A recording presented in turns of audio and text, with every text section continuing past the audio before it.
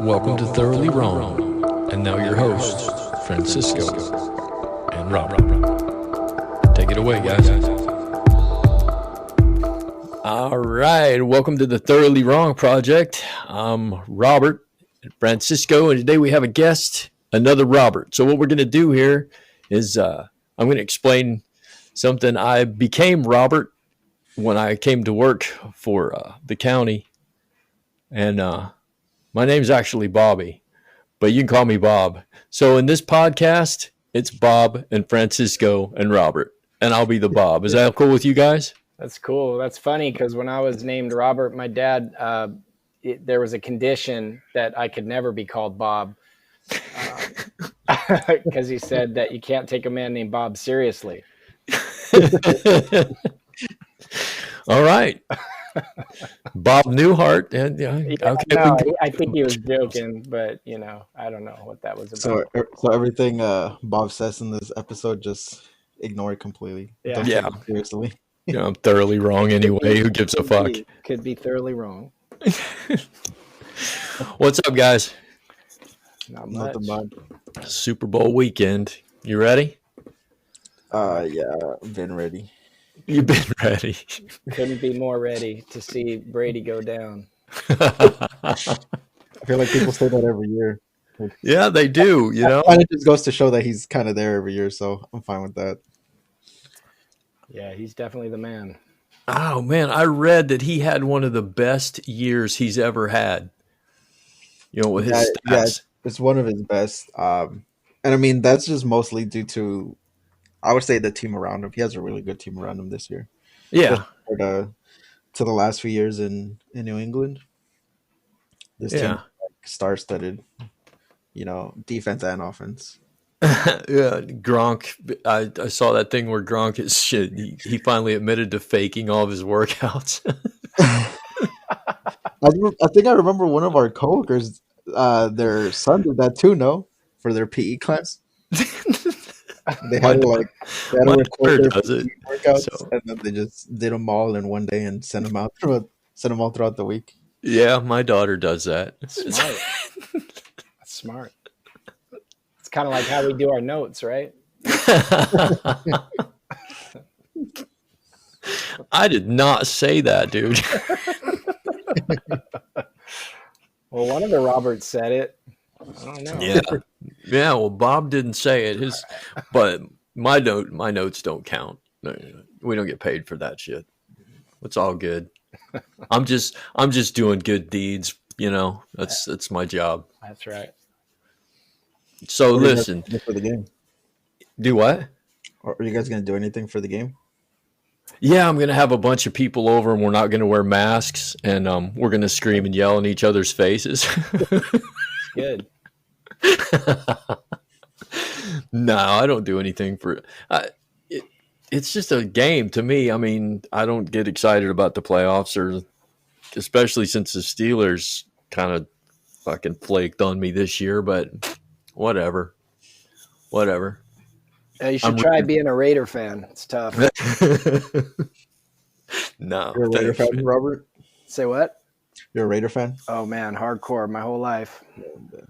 I could definitely see why you're going against the Bucs then. Yeah, man, the Tuck rule changed everything. The whole trajectory of the Raiders organization changed that day. Not just that, but also the next year they took your coach and then beat us. Yeah. Yep. Like the marriage of the two people you hate the most, the Bucs and Tom Brady. That was crazy Al Davis's fault, man. He wouldn't pay Gruden. So Gruden goes to the Bucs. Yeah, and that's why I hate the Bucs too. Yeah, so it's just it's not just a game, man. It's interesting with sports. Like I feel like everybody needs these heroes, and we really place these people on pedestals. And when I think about it, I think it's ridiculous, but I can't help doing it anyway. Yeah. I think a lot of people are like that, but I think it's because people use sports as kind of an outlet, Yeah. To just get away from, whatever's bothering them or troubling them in their life. Yeah, And then it's absolutely. also very like usually for I mean maybe not this year, but usually for like big games or like Super Bowl parties, it's a way of people coming together and like friends, family, that relationship bonding, I guess. Yep, it's almost a holiday. Yeah, it's part of like American culture now, and I would say worldwide culture because I mean sports is huge everywhere else. God bless America, man. Wait a minute. Wait a minute. Is it sports? Is it sports is huge or sports are huge? I mean, come on. Which one is Uh, it? well, football's huge in America, but grammatically speaking, I don't know. Maybe they're both correct. I don't know. My wife's an English teacher, and we fight about that one all the time. I don't know. I think it's sports is one thing, so it's a singularity. So sports is huge, but sports isn't a singularity. We're talking about a multitude or range of things, so it's a plurality. Sports are huge. Who cares? That's why I hated English class. I waited till the end to take I it. So I think sports is huge is correct, but if you said all sports, all sports are huge. Sports is huge. I don't know. I'm sure it works both ways. Especially in America where nobody gives a shit No, about no, grammar. man. We don't have to know. My mama learned me how to read already. Well, it are good. There you listen. I'm not doing. I don't. I hate to be the buzzkill here, but what the hell is it about sports that everybody goes fucking crazy? You get in fist fights about it. Some people have been killed in the fights, and you know, it's just a game to me. It's like it's entertaining. I get it, but I'm not gonna. I'm not gonna go out and beat somebody up because I like Pulp Fiction. Okay, it's just a movie. Well, usually Yeah, when you have big sports gatherings, there's usually also alcohol involved. So I think that has a that big is a play good into it. point. One of our coworkers, he recently told me that he almost got in a fight a few weekends ago because uh, his boy Conor McGregor lost, Oh and yeah, some dude started telling him, Conor fucking sucks, and he was ready to square up with the guy right there and then. really. So Later on, you're gonna have to tell me who that is because I also think Conor McGregor sucks. He's definitely an asshole. Well, I don't mind. It is mixed martial arts. It is the MMA. So you have some people in there that are definitely flamboyantly. Their personalities are definitely flamboyant. And when he could back up his shit, that was entertaining. But now he comes waltzing in there and just gets fucking choked out. And it's like, shut up, Conor McGregor. You're done. Yep. You had your time. It's time to move on. Go sell your whiskey, man. We're tired of looking at you.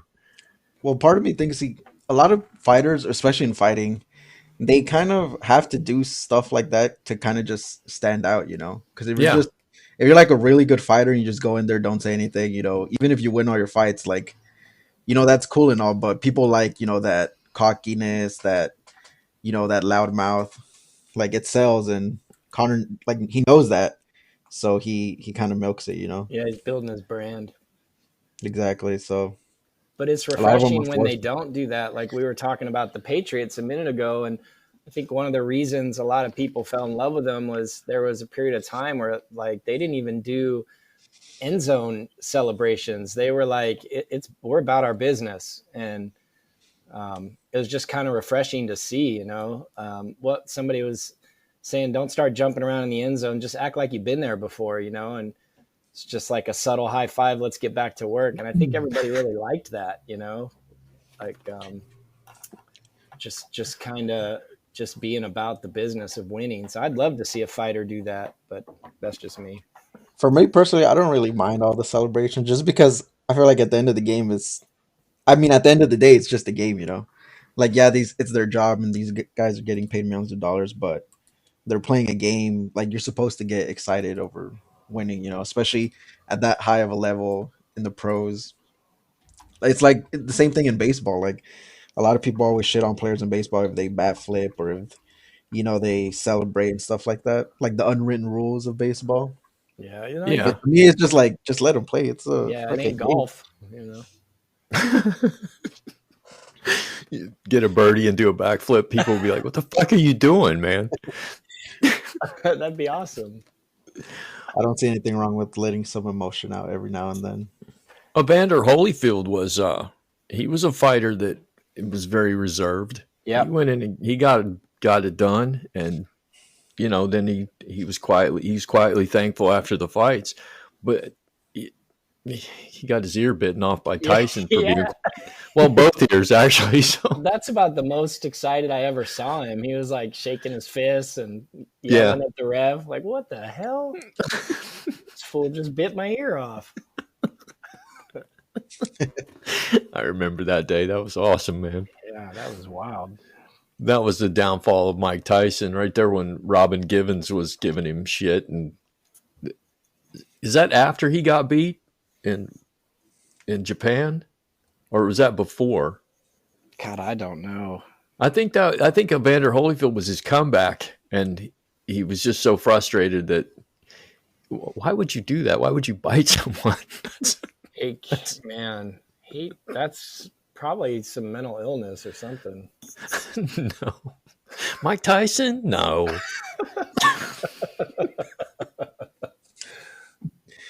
Did you guys hear about the what happened with Andy Reid's son? Yeah. No, what happened? He I think it was Thursday night. So a few nights ago he got in a car crash. Oh, yeah, And the coach. he's the linebackers coach, and he's Andy Reid's son. So they're suspecting he was like under the influence. Yeah, they said he smelled like alcohol. Yeah, he admitted at the scene of he said, "I take Adderall and I had 2 or 3 drinks." So there you go. So I feel like that's the last thing the Chiefs need is just anytime you like, especially coming up on the Super Bowl, like you don't want any kind of distraction. You want to be laser focused on the game plan. So anything outside of that is just noise and distraction, and that's the last thing they need. Especially Andy Reid, knowing that it's his son. Yeah, because you don't want your mind to be somewhere else during the biggest game of the year. Were you guys suspicious when he said, "I take Adderall"? I mean, were you immediately suspicious that he was padding that? Like, I know I'm going to come back positive for amphetamines. Hey, I take Adderall. It's very rare to have adults prescribed Adderall. It's a kid drug, Well, maybe he's trying to study. I mean, there are adults prescribed that. I take Adderall. And I think this is his second DUI. So yeah, he was arrested for DUI and also brandishing a firearm at another motorist. So that's his history. Fuck. Yeah. So yeah, he's because he's still in the hospital, so he's not going to be at the game tomorrow. Do we know if the kid? So one of the kids that was injured had life-threatening injuries. So that's like the big. Yeah, I think they're still probably like in critical condition or something. Yeah. That'll be the last time he'll work for the Chiefs. I don't know, man. The NFL loves to. You could beat your wife half to death and take 6 months off. Come on back. That's true. Well, I don't think that's a player, and those players are exciting, and they make money. They make money. Yeah, they bring money. I can go get a coach, and a linebackers coach, especially. Like, is there any other team in the NFL that you could name the linebackers coach? No. But I think a big factor in this is that it's Andy Reid's son, so it's like the head, and then, everybody knows Andy Reid. He's the head coach. Yeah. So he's gonna be. I'm pretty sure those questions are gonna be pretty tough for him. Yeah. Especially if they lose afterwards. That would be a press conference I'd avoid. I don't think you can avoid. That's why Marshawn Lynch would always just go so he doesn't get fined. Yeah. You have to show up to those press conferences or else you get fined. And not say anything. He'd just sit there. I know. I think if I may, what's the fine on not going? It's probably like 10, 15,000. Yeah. If I'm making fucking millions every year and miss 5 press conferences, I'm good. But I think it like compounds too. Like Maybe like first defense is like 5, 10, Uh, and then it just increases after that. Because I mean, if that was the case, players would just avoid them after like a loss or something, because they wouldn't want to answer the questions. But it should be a really good game. I'm hoping at least it's a good game. They played during the regular season, and the Chiefs won. I think it was 24-27, Yeah. and oh, they were blowing it's them out like the whole game, and the Bucks made like a late little comeback run, but they came up short. So yeah. Brady always makes those fucking fourth quarter. We're down 20. yeah, Always. But you know what? Mahomes is just as dangerous in the end at the end of a game, and their 2 minute offenses are fucking amazing. These are some amazing players right here. yeah, that's the thing with the Chiefs. They could score 3 touchdowns in 7 minutes. Like they have that big playability that they could pull out at any time. So that's what makes them really scary for teams. That's why you never have to take your foot off the pedal. Yeah. Because I mean, if you look at last year's game, the Niners were up like 10 points with less than half of the fourth quarter left, and they Yep. ended up losing. So Yeah. So this is going to be a good game. I'm kind of. Brady wants to play till he's 45 now. I don't think Giselle's very happy about that. I read that story last year where she was like, he doesn't help out around the house. It's like, well, if you're Tom Brady, you don't help out around the house, Giselle. Shut up. You should have people. You got people for that. Exactly. Well, he needs to help out with the kids. That's what she said. But he's talking about playing until he's 45 because 43 was pretty damn good. Let's keep going. well, that's always he said that a few years ago that about 45 would be his limit, and they asked him because they have a media day leading up to the Super Bowl, and somebody asked him during that media day if he would consider playing past 45, and he said that as of like that he's thought about it more recently, and he said he would definitely consider it. So There you he go. might even go longer. And at this point, I think Giselle's like done trying to win that war. I want to get him to retire because if it was up to her, he would have retired like 5 years ago. So Oh, yeah, definitely. But go ahead, Robert. Well, I'm kind of stuck on. You said it's just a game, so it's been hard for me since that moment to stay focused because I'm thinking about that. Right, it's just a game. Yeah. But I think that that's kind of like saying, well, I mean, you could say it's just music when something's really deeply moving for you, or you really get off on it. It's just art, but it's Right. not. It's something more. And I think football is kind of the same as that. And I think that if you were to, I mean, they've studied, dudes go through hormonal changes, and it's just like that. This deep connection, it's weird. It's one directional. Obviously, the football players have no idea who the hell I am. So it's this weird one directional bond I have with my team. But it's like, I think you could probably scientifically support that. I mean, in the literal sense, it's just a game, but I'll bet you there's a mountain of evidence that it's way more than that. Well, oh yeah, when I was talking about that, I kind of meant like when it came to like the celebrations and stuff. Oh Because yeah, a lot of people just want them to score and go back to the huddle or go back to the sideline, like show no emotion and sportsmanship and show class and all. And that's when I say like it's a game. Like you're supposed to have fun. You're supposed to show emotion. Like, that's why absolutely, absolutely. And I think that when teams don't celebrate, I almost think they're just kind of mind fucking the other team. Like, yeah, it's no big deal. We're beating you. Yeah, and then I think the situation also depends on it. If you're up like 30 points and you score a touchdown, and then you're over here like celebrating for like a minute straight, on that's their kind of on like the on the logo in the middle of the field. yeah, that's kind of a little douchebaggery. But Douchebaggery. That's good. Nice. I like that. Nice. so, but if it's like a close game going back and forth, I don't mind celebrations at all. I like. I got to write that down because douchebaggery is definitely going in the title of this podcast. Does that have 2 G's, do you think? Yeah. I have no idea. There you go. Douchebaggery. I got it. Nice. I think what Robert was talking about was my comment where it's just a game. For me, it's just a game. I could actually not watch football and be fine.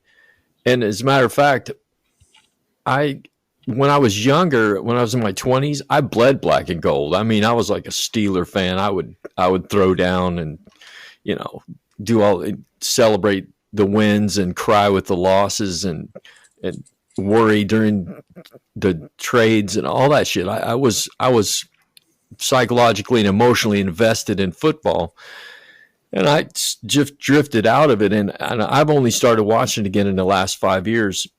And the funny thing is, my wife has never liked football, and now she's a Kansas City fan, and that's fine. But to us, it's just a game. And it was funny how you talked about art and music, because I was about 3 years ago. I went to an art gallery, and I was riding in the elevator, and when the elevator door opened, it opened onto a Salvador Dali painting, and I burst into tears. Yeah. So I'm emotionally invested in art and music and philosophy and things, and I'm moved by art. So I get it. Some people look at a Salvador Dali and they're like, whatever. Right. Right. Or some people hear like a really tasty guitar lick and it just, oh, that's cool, you know, but some people just go, oh my God, did you hear that? You know? And, yeah, because we can break it down. It's like, oh man, yeah. yeah. So a lot of people, especially in this country, are super invested in football, and that's a cool thing, though. It is emotionally, that's a really good thing that you're invested in something and it moves you, and you celebrate with it, and you grieve with it, and that makes, I think that's part of what makes us human, is those choices that we make. Absolutely. Yeah, it brings us, like, our passion. You know, we kind of reflect our passions into what we like, and like you said, you with music and art, sports. So I definitely think it's a good thing too, like you were saying. Yeah. So that's an awesome point, Robert. Especially in these times, man. It's a healthy You distraction. need something to distract you. Jesus. Yeah, I think I'm just a very competitive person overall when it comes to pretty much anything. Like, I remember I used to work for the CPS department here in the county before I came over where we are now. So I would help supervise like visits between parents and their kids, right? Ooh, And rough sometimes job. we would have it's definitely rough, but it really, I liked it. I really liked the work. I felt like overall what we were trying to do, I mean, at the end of the day, it's like reunification. So the end goal is always good, you know? Yeah. But we would sometimes have these off, because they had like visitation centers, and sometimes they would have off-site visits. So you could go uh, have a visit with the kids, you know, somewhere that you designate or choose. And one time I supervised one at this, it's like an arcade, and it was a visit between two brothers and their older brother. So it wasn't a parent. It was just like they were like teenagers, and the older brother was like in his 20s. And so the brother wanted to take him to the arcade, and they were playing like air hockey. And these kids are like 12 and 13. And they're like, hey, you want to play too? And I was like, no, it's fine. Like, you guys go ahead, have fun. Um, and then they're like, no, just play a game. And like in my head, as I was like starting to play this kid, I was like, I'm gonna fucking destroy this 12-year-old in air hockey right now. Like, if you think I'm gonna let you win, there's no way I'm gonna let you win. So like, I'm just very competitive. Like, Just every 4 because you're in years, the foster system, don't think I'm taking it easy on you, dude. like every 4 years, I'll get super hardcore into like fucking swimming and like women's gymnastics when the Olympics come on, because it's like, I don't know, I just like competition. It's Dude, fun. I'm the same way. Like my exercise routine is swimming. And when I'm swimming, if there's someone that's kind of the same, I can tell they're the same endurance level as me, and maybe they're going just a little faster than me, I have to speed up. Like, I can't just swim my own laps. I gotta, yeah. and we play cards here. My wife and my brother comes over, and my wife's son comes over, and we play hearts and spades, and I just get power torqued if I lose, man. I'm like slamming the table, and with cards, like Robert or Bob, it really is just a game, you know. Right. I just too competitive. It's probably not healthy. Why would it be unhealthy? It's you're flexing your emotions. That's all you're doing. I mean, if the Raiders were in the Super Bowl, I'd have to watch it somewhere else so that I didn't break my own TV when they lost. Okay, that's unhealthy. I hate like when the Patriots were in the Super Bowl. I always wanted to watch it like in my house on my couch, like by myself. Like I wasn't big on the whole like, hey, let's have a party and like, you know, during Super Bowl parties you'll see people like stand up and like talk and I'm like laser focused on the game every single time. I'm like, with you, dude. I don't want company. I'll just be fucking sitting there with my hands all clammy and shit. I'm totally with you. I would get because I have like my Apple Watch. I would get notifications. It'd be like, "Hey, we've noticed your heart rate is over 120, but you're stationary. Are you okay?" Because they can tell when you're like just sitting there, you know, versus exercising. No, you're just sitting down. Why is your heart rate so high? That's hilarious. You guys just don't want to. You don't want to like burst into tears in front of fucking people. That's all. Screaming and just be embarrassing yourself because you're acting like a fool. I remember one game I saw. I don't know if you guys remember the Patriots Falcons Super Bowl a few years ago where they had that big old comeback. I saw that one at my friend's house. That they had like this whole party, and there was probably like me and like two other Patriots fans, and then like everybody else was just rooting for the Falcons, not because they liked them, but just because they hated the Patriots. And like the whole game, like they were just shitting on us. Like every time the Falcons would score, they would like get in our face and like, "Oh, Tom Brady fucking sucks. Like he's washed up, he's done, he's a bum." All this stuff. And then like by the end of the game, they were like completely silent, and it was one of those instances where I was glad I was around people, especially when they were like talking shit, just so I could like see their. I didn't even have to say anything. Their blank stares and. Same like thing happened to Seattle, man. It like just gave it away. Yeah, those you kind of like you always like remember where you were during like big plays like that, or you know, you'll like go back and like, damn, that was a good ass game, and like, oh, I was here doing this, doing that. So, yes, overall, I think just sports is great for our sanity. So who do you think's going to win this weekend? If you're the Tom Brady fan, take your emotions out of it. Make a without my analytical prediction. It's a tough one.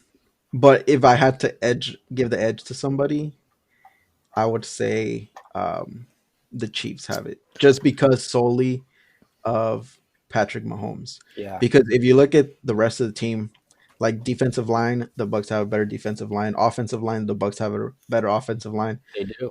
Offensive weapons, you could say they're pretty close because I mean the Chiefs had Kelsey and Tyreek Hill. Yeah, but the Bucs are deeper.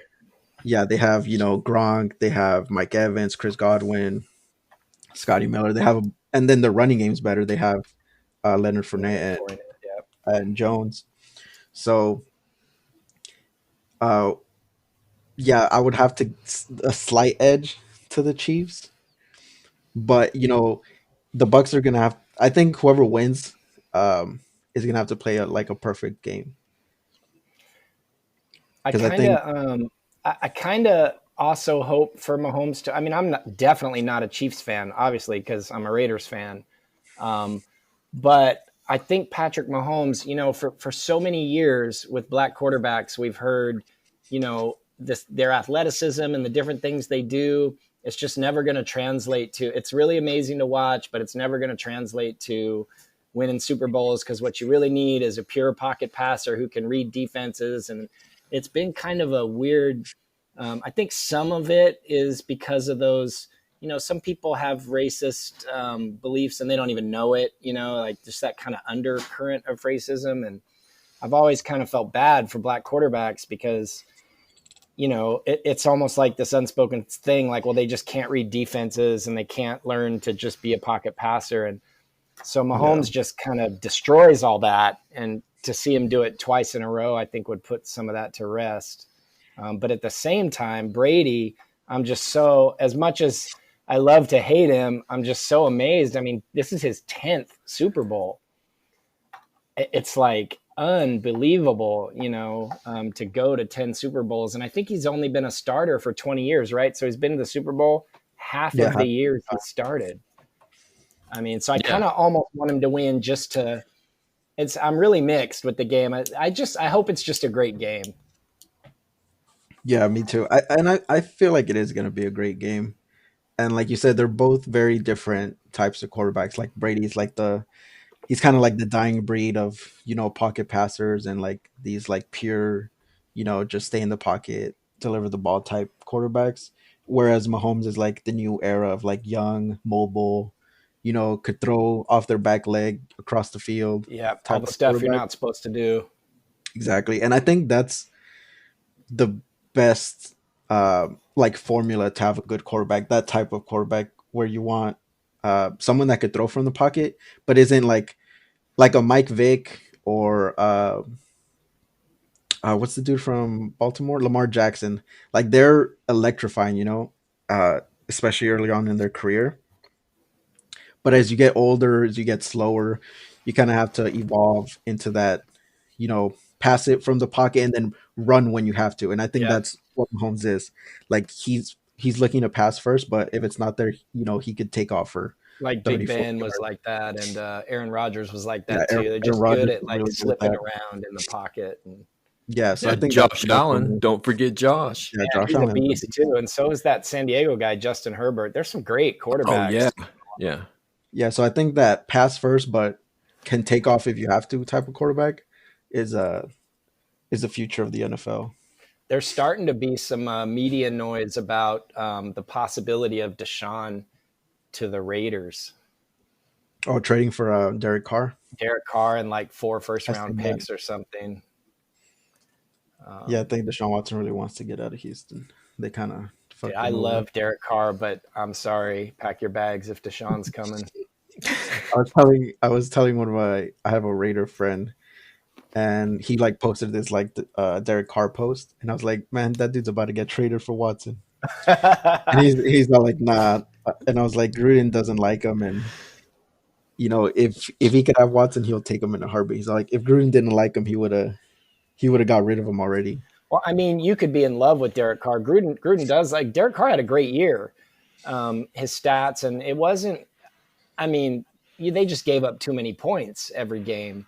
If he's going to score, he's going to average 30 points and still lose games. That's just, it's not on him. But I mean, you'd have to be crazy not to entertain Deshaun. Well, I don't care what team you are. I mean, Deshaun Watson is just he's that next level, there's very few teams that would keep their current quarterback over Deshaun Watson. Yeah, it's a very small list. Yeah. So, but I hope he goes somewhere successful. I heard you said I have a Raider friend. That just goes that just backs up that thought that people identify with football. Like I don't really have a Rembrandt friend. Right. No, it's true, but it's like so. I grew up in Sacramento and Oakland. So we had the Oakland Raiders and the San Francisco 49ers, but the 49er games cost a lot more money to go to. The traffic was worse, and so my dad, from a very young age, would take me to Raider games. So it's just this, and that was way before the Raiders were identified with gangster stuff, and I mean that was just back in the days. You're a Steeler fan.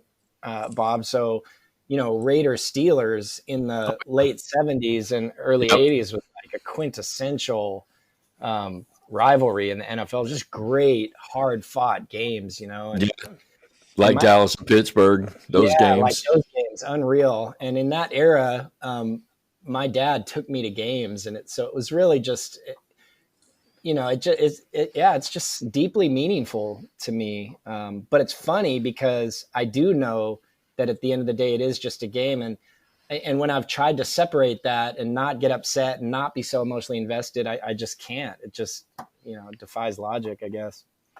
No, you know what? if I back up just a little bit, it's not. In a sense, it is just a game, yeah, because you can take it or leave it, but there is something about the things that we love that tie us to them. And I grew up 125 miles from Three Rivers Stadium, and when they tore it down, I cried. Yeah. Because when you come out of the tunnel there at the Three Rivers, right there that stadium was, and it was there for all my life, and now it's gone.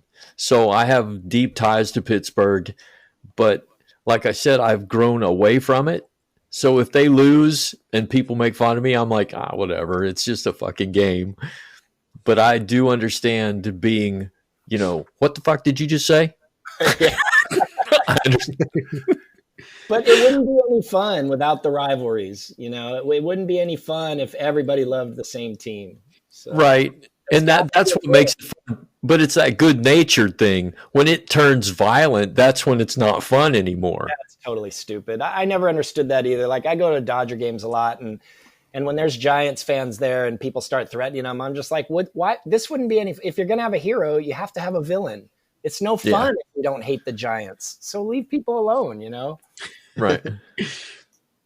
Everybody needs a Hans Gruber in their diehard life. That's right.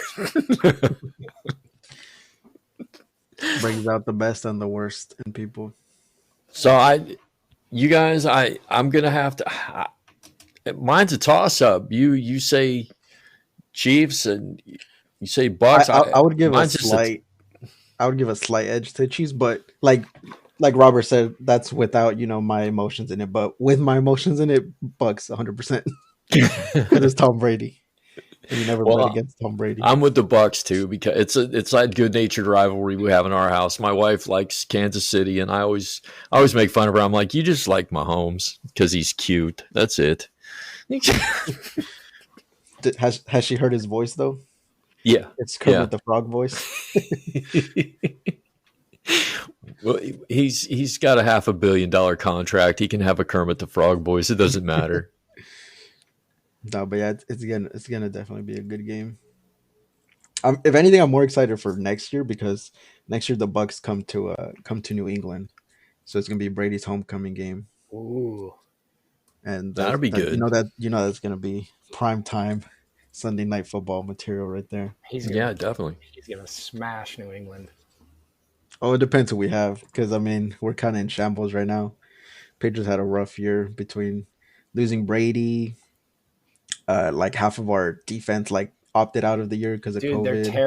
They're terrible.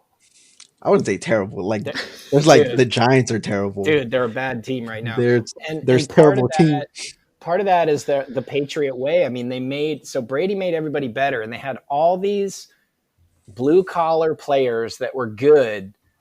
They were good and they were great role players, and it's just this huge blue collar team, and that's what I kind of really respected about him. But taking Brady out of there, I mean, it just kind of exposed that, it's kind of how I see it anyway. Yeah, he was definitely the leader and the heart and soul of that team. And people say he made everybody else around him better. Yeah. A lot of people, when they went to New England, it wasn't so much, to play for the Patriots. It was, I want to play with Tom Brady, Yeah. Well, and he wanted to play with great players. I mean, to me, it's what's so great about him is, he really did carry that for most of those years. Some of the earlier years, when they beat the Rams, they did have a lot of good players, but there were years when without him, they were nothing. It's kind of like LeBron winning a championship in Cleveland. I mean, it was just him. It was, LeBron 100, opposing team 88. Basically, it's kind of like, dang, man, this dude's doing it all. And Brady did that same thing, Yeah, so we definitely have some work to do, and this draft is going to be huge. And the players coming back next year should be huge, should help us. Maybe you'll get Deshaun Watson. We just need a quarterback. I don't know. Bill Belichick has this thing about paying top dollar for players that he just really doesn't do it. So good luck. I don't know, Deshaun Watson's in his price range. Hey, I don't want to pay for the best employee, but but I want to have a good company. But I just, I want to just pay average and get some average guys, and I want it to be great. So good luck. I don't know. That's his business model, I guess. I want a But I mean, $20 guy for $7. Yeah, it worked for 20 plus years. So it works for Kern County, I guess. Pay us peanuts. I didn't say that, man. Don't give us a cost of living raise for 13 years. We're fine. I'm good. I'm good, man. Yeah. I'm good. I have a job. I'm happy. See, I'm a Tom Brady. I'm cool. I got a job. It's cool. Hey, man, I'm totally grateful to have a job. I'd be cool too, taking a pay cut if my wife made double my salary every year. Oh, heck yeah. I think my wife makes almost triple what I make, so that I'm good. I'm very happy. You really are Tom Brady then. I am Tom Brady. Yeah. My mom always said, "Marry rich, you can learn to love." I married for her degree. She has a master's degree and she makes tons of money and loves her job. So there you go. I'm happy, man. I like her. Yeah, I do too. Stay away from her. Okay. Oh man. What about you said you swim? Did you say you swam for exercise? Yeah. I mean, the pandemic's kind of shut me down, but typically I was going to say, what are you doing now? Because you can't. I'm doing a lot of bike riding, and I go to Planet Fitness and just do cardio and stuff. I can't do a lot of lifting because I have some spine issues that I just always end up in pain, and that's why swimming's so perfect. There's no impact. You really get the total body. So my goal is always kind of skinny muscle. The lighter I am, the less my back hurts.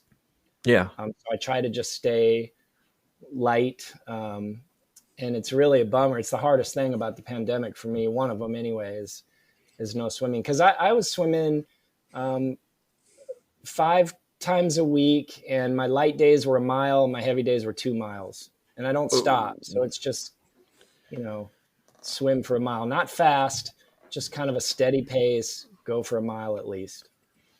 That's awesome, man. Yeah. How old are you? I'll be 50 in April. Fucking A, boy. I like that. That's inspiring. I'm 55 and I'm doing Murphs every morning at 6 o'clock in the morning. You know what Murph is? Yeah, man, that's beastly. Yeah, except I can't run because I got in that car accident and I have a bunch of pins and shit holding me together, so I can't run. So instead of running 1 mile, I do 100 burpees. So I'm doing 100 burpees and 300 squats and 200 push-ups and 100 pull-ups every fucking day. Wow. Yeah. What are your sets when you're doing push-ups? What are you doing? 20s. Sets of 20. Yeah. Wow. So 10 sets of 20. 10 sets of 20. Are you mixing those? Are you mixing the exercise, or are you just doing? Yeah. Okay. Yeah, I have to, because I did, when I first started doing Murphs, I started with 100 burpees and 300 squats, and the repetition it hurts your body. Yeah. Especially if you're doing it once, that's fine. But if you're doing it 6 times a week, that becomes an issue. And I was hurting myself. And right now I'm doing P90X on top of that. So you guys were talking about being competitive. Man, I have my times written down, and I'm competing against myself every single fucking day, just trying to get faster. And the cool thing about body weight exercises, when you start to lean down, you're lifting less weights. Yeah. Dude, that's inspiring to me. I think I'm going to try that. I think just burpees and push-ups. Yeah. And mix them together. And absolutely, dude. It's body weight exercise is the way to go, especially during this pandemic, because I was in the gym when I first started working at the county. I was in the gym every day at 5:15. And then my wife has some health issues. So when this shit happened, I can't, out of respect for her, I'm not going to the gym. Yeah. because I don't want to kill her. I kind of like her. She makes a lot of money, and well, you know, that one payout of $100,000, that's not cool when she can make that much every year. So you know what I'm saying? Yeah. So, Doesn't make sense at all. but during the pandemic, I just switched over to body weight exercise and never stopped. Never stopped. When I grow up, I want to be like you guys. Well, How old are you, Francisco? Right now I'm 26. Oh my God. Oh, that hurts. no, dude, this is awesome, Robert. This has been an awesome podcast because I have that, you know, I have that age on me. It has that wisdom. I've seen things and experienced a lot, and Francisco has that youth about him. It's been this podcast has been perfect. We've gotten so much positive feedback. I didn't know if it would work or not, but this thing has turned into we're on Pandora Radio, we're on Apple now, Apple Podcasts. We're up and down the line, and everybody seems to love us, and it's really been a cool thing having this multi-generational thing. I think it's awesome. I've never been the type of person that can just put myself out there like that. So yeah, I respect That makes two of us. So I remember when I pitched it to Robert, I was like, I had that text like typed up for like a good hour and a half. I just need to press send. So I was the same. I was a little cautious about it, but I think over time you kind of just get used to it. And I mean, it's not like we're talking to people, you know, like live that you can't see like all these people listening to you. Like after Right. doing it for a while, it's just like, oh, you're just talking to one other person or two other people, and then you kind of just. I try to block everything else out after that. But you say you had that text written for an hour and a half. Would it take me like 8 seconds to get You're back like, to hell you? yeah, I'm down. Yeah, sure, I'm down. But I feel like I kind of took the opposite approach of you guys during this pandemic, where you guys got all like, you know, work out and like stay healthy. I did like the most nerdiest. I got into like the most nerdiest of things you could get into, which I never thought I would, but I'm like really, I wouldn't say super passionate about it, but I like doing it, and I'm very like interested in it is like PC like building. Oh wow. So like I didn't build it. I bought my PC, but like I've upgraded it, and like I like know pretty much like how to build one from the ground up now. Whereas, you know, if you asked me that, you know, last January, I'd be like, what the hell is that? So I think a lot of people took up a lot of different uh projects or like hobbies during this pandemic, because I mean we really didn't have any other choice. Yeah, well, I think a lot of people did have a choice, Francisco, and they didn't do shit. They're just it's like everything shut down around them, and so they shut down with it. A lot of people love it. A lot of people are like, wait, so all I have to do is watch TV and Yeah. stay home and I can help people be safe? I'm in. Well, I went, but I've always been competitive. This for the last, I'm on this 90-day thing now. I'm sure you guys read the blogs that I'm writing. So I'm on this 90. I call it a 90-day life change challenge, and it has the Murph and P90X, and I do a 5-minute plank every day. I play guitar every day now. I meditate for 20 minutes. I'm writing a blog every day. I fast every day. I don't take any drugs, no alcohol. It's this list I go through every single day, and I'm seeing these weird fucking changes in my life. It feels like I talked to Robert about it the other day. It feels like I'm changing my fucking brain here. And my life has improved so much to the point it's shocking of what I've done. And I was talking to a coworker in the hallway the other day, and he's like, "Man, I can't wait to get back to work so I can begin to focus again." And I'm like, "Fuck that! Is there some way I can just do this?" Like, did you guys that. ever read about those employees at Twitter where when it first started, they kind of, they started working from home, and then Twitter realized like, oh shit, like they do the same work at home that they do here in the office. So they offered any employee that wanted to just permanently work from home could do so. Oh man, I And would then they jump at save that. money on like office space. So I feel like it's a win-win.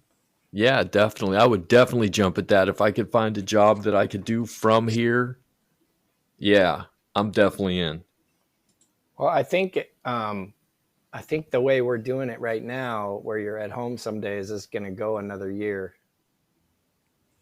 You Yeah, think you so? think? Yeah, man. All the Even with the vaccine rolling even with out? the vaccine, because all these variants of the virus are popping up, and that viruses. If if we did a real lockdown, if everybody just didn't go anywhere for 2 or 3 weeks, we could kill it. It'd just die because it has to move. It's the only way it can survive. But we're not going to do that, and so it keeps spreading. And then viruses are really smart. It keeps mutating. I really think it's. I mean, I don't know. I kind of.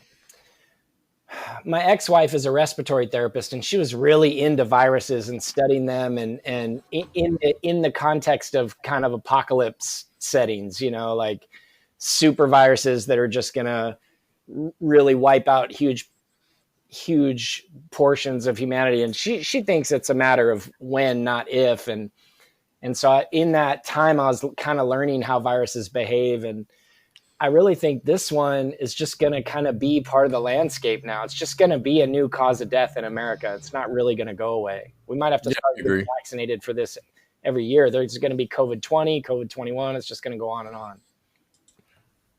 Yeah, I. It almost feels like viruses are almost conscious the way they adapt and move. And if you bring up a vaccine, it's like they almost outfox you. They do. They're did you guys see The Matrix?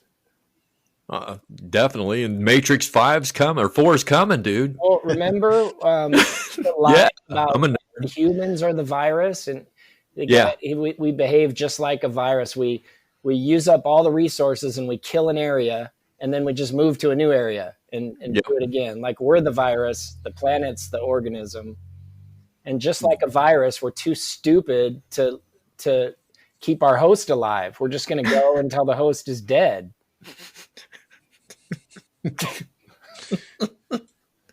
yeah. We are pretty stupid, I guess. Whatever. What are you gonna do about it? Stop eating meat. Oh no, we're not talking about this. That's not this podcast. Sorry. That's not this podcast. All right. No, we don't want to go there because you know, and you especially don't want to go there because I'll go towards the whole food plant based thing and I'll blow your fucking Amy shit out of the water. Yeah, I know. Are you a vegetarian, Robert, or a vegan? I am mostly vegan. I'm like 99% vegan. I cheat here and there. Oh, okay. So, but I'm not as healthy about it as Bob. He only eats whole foods, like real food. I do eat packaged foods, and like Skittles are vegan. I don't know if you knew that, Bob, but Skittles are totally vegan. So. Yay. So are sweet tarts, and I don't go there either. Yeah. No. Don't do that.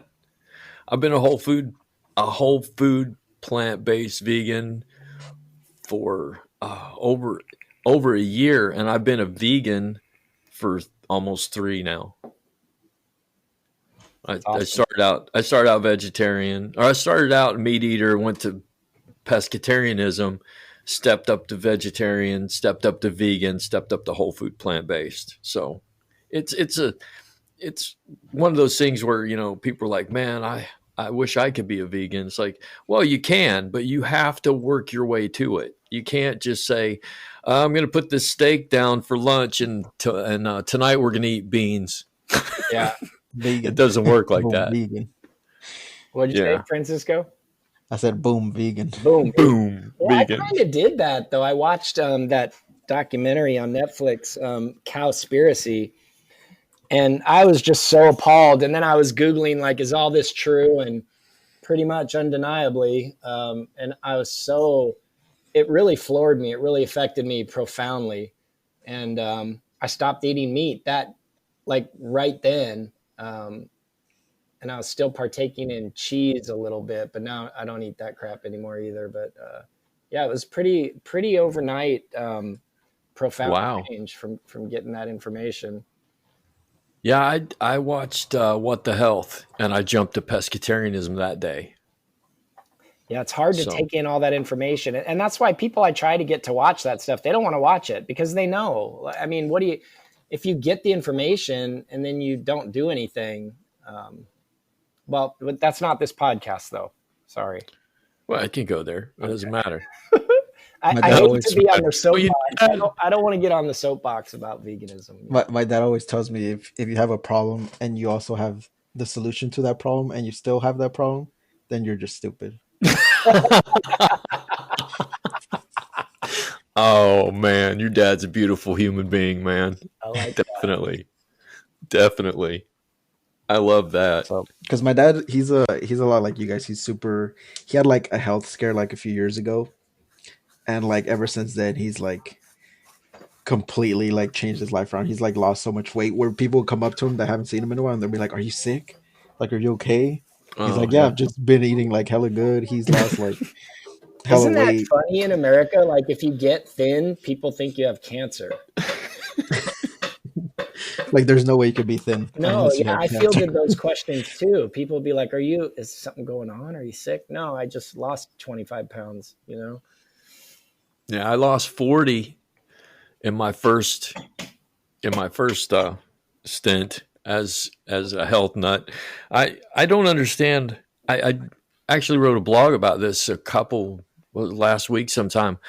I got on this health kick when I worked for a company, and I lost 40 pounds, and I was riding my bike to work 14 miles, 7 miles one way. So I was riding 14 miles a day. I went from complete like sitting around getting sick more or less to jumping into health. And people would ask me all the time, I was like, what are you doing? And so I had this guy that I worked with, one of the top brass management, and he came to me and he said, doctor told me I'm pre-diabetic. I need some help. And I said, well, the first thing you need to do is just clean up your diet. And it was early in the game for me. I didn't know how to tell people to clean up their diet. It was basically to me, like you, Robert, I saw a documentary. It was unrefutable. And I was like, well, I got to do this. I made that decision. So he put down the candy and the cookies and the cakes for about 2 days. And then he would hide in his office and eat it until he became a full-blown fucking needle diabetic. And I don't understand why people, like your dad says, if you have a fucking problem and you have the solution and you don't use it and you still have the problem, then you're fucking stupid. And I hate to put it like that because I like to be more positive about it and say, okay, you're an addict or you're just weak or you're not convinced. But when someone says you're going to die and you don't change, that's stupidity. Yeah. I guess it's hard to call it anything else. Well, yeah, addiction is a bitch. And hey guys, I'm on day 27. I haven't had a drink in 27 days. This is my friend Lalo. This is my first podcast where I'm not getting fucked up. I haven't had a drink since October 11th, 2017. Right on, brother. Right on. So healthy. I haven't had a drink since like last week. That's cool, man. And I would never presume to, you're 26 and you're probably not an alcoholic. So no. I'm more of like a quote unquote like social drinker, I guess. Yeah. But at the same time, I have this, I don't know if it has anything to do with it, but I have this weird like thing where every time I'm out, like if I go out to like, like before COVID, like if I went out for like drinks or like dinner or parties and stuff like that, I have this thing where I always want to come back to sleep like in my own bed in my home. So when people are like, um, if I go out and I like stop drinking because I want to sober up, and they're like, "Oh, just stay here the night." I was like, "Nah, I have this thing. I have to go sleep back in my bed." So like, I'll know since I know that I'll like stop drinking like pretty early on and like sober up, eat like fucking like carb up, absorb all that shit. So by the time I leave, I'm like, Yeah. You're definitely not an alcoholic I can't because relate with that at all. can't relate with that because they'll be like, "Hey, man, you want to stay here for the night?" And like you, Lalo, I wanted to go home and sleep in my own bed, but if I could get my key in the ignition, I'm good. yeah. So I mean, and I'll drink like all like I don't like not to drink, but it's not like a necessity for me. It's not any fun not drinking. I don't. I mean, I'm proud of myself. I, I haven't gone 27 days and fuck, I don't know for how long, but I don't plan on returning this time. I lose control of myself, and it is what it is. So I understand when you can't. I understand when you can't control it, you have to stop doing it. So if you are turning into a diabetic and you can't cut down on the candy and you have to cut it out completely, that's what you have to do. And if you have to cut it out of your life like surgery, then that's what you have to do. Absolutely. Yeah, the best definition of an addict that I've heard is someone who continues to do whatever it is despite negative consequences. So, There you go. yeah, I mean, it just makes perfect sense to me. And that's how I drank. I had all kinds of negative, it goes from fun to fun with problems to just problems. Well, I jumped out when it was fun with problems, so I'm feeling pretty good about that. I got control myself. Nice. Was it Einstein who said if you repeat the same behaviors and expect a different result, that's stupidity? Was that Einstein? I've heard that in so many different like forums. Yeah, I think it was him. But no matter who the fuck said it, it's true. If you keep doing the same behaviors and expect a different result, you're not thinking things through at all. I mean, tell that to the people that win the lottery. Yeah, they all go off the rails, don't they? I still like the opportunity, though. Oh, definitely. If you want to hand me $30 million, I'll behave. I promise. Yeah, man, I'll beat the statistics. And if Elon Musk is listening to this, dude, seriously, I'll be good. No doubt.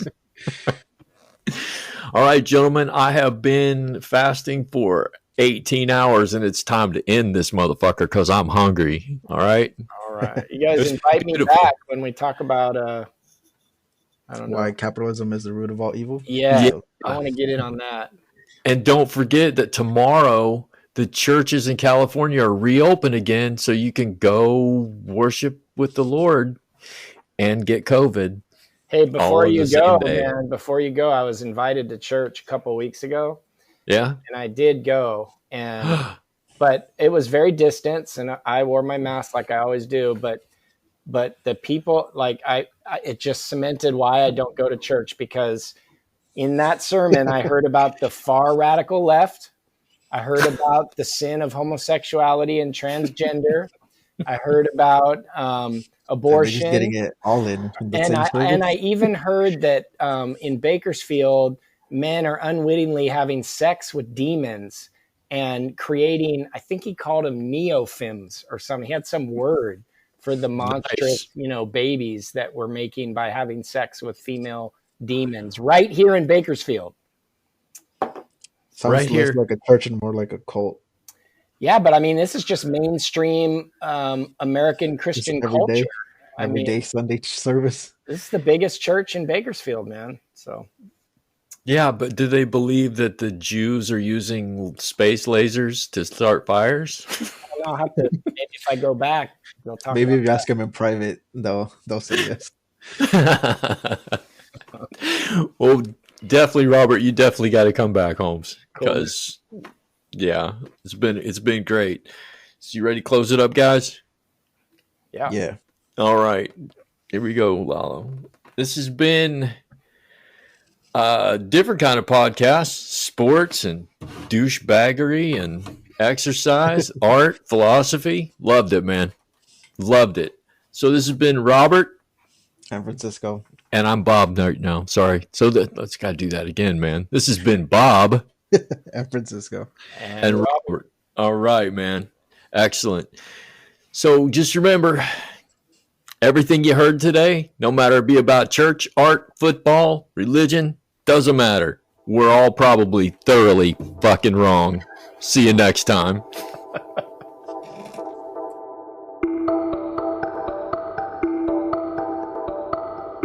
You have been listening to the Thoroughly Wrong Project with your hosts, Francisco and Robert. If you enjoyed today's show, like, follow, leave a comment, and then look in the description where you'll find our website, Instagram, and Twitter feeds. Until next time, thanks for listening. And just remember, never be afraid to be thoroughly wrong.